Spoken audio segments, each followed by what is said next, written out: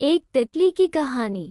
एक बार की बात है, एक खूबसूरत तितली थी जिसका नाम था रंगीन पंख। ये तितली अपने रंग बिरंगे पंखों के लिए जानी जाती थी। ये तितली एक बड़े पेड़ के नीचे के फूलों पर बैठकर मधुपान कर रही थी। तभी एक छोटा लड़का उस पेड़ के पास आया। लड़के ने तितली को देखा और बहुत खुश हुआ। उसने तितली को पकड़ने के लिए अपना हाथ बढ़ाया।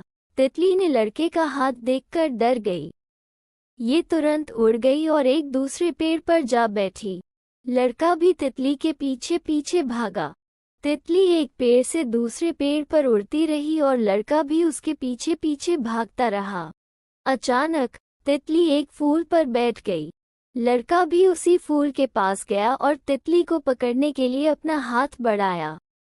तितली ने लड़के के हाथ को देखा और सोचा कि अब तो ये पकड़ी ही जाएगी।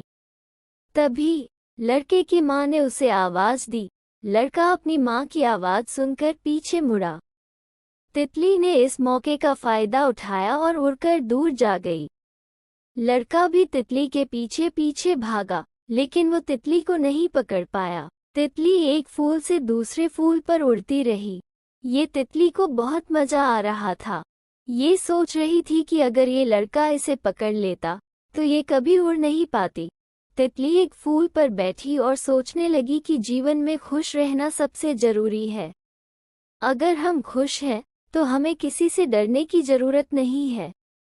हम अपने जीवन में जो चाहें उसे हासिल कर सकते हैं। तितली ने अपने जीवन में आगे बढ़ने का फैसला किया। यह अपने पंखों को फैलाकर आसमान में उड़ गई। ये तितली को बहुत खुशी हो रही थी। ये सोच रही थी कि यह अब दुनिया भर में घूमेगी और जीवन का आनंद लेगी। इस कहानी की सीख: जीवन में खुश रहना सबसे जरूरी है। अगर हम खुश हैं तो हमें किसी से डरने की जरूरत नहीं है। हम अपने जीवन में जो चाहें उसे हासिल कर सकते हैं। धन्यवाद।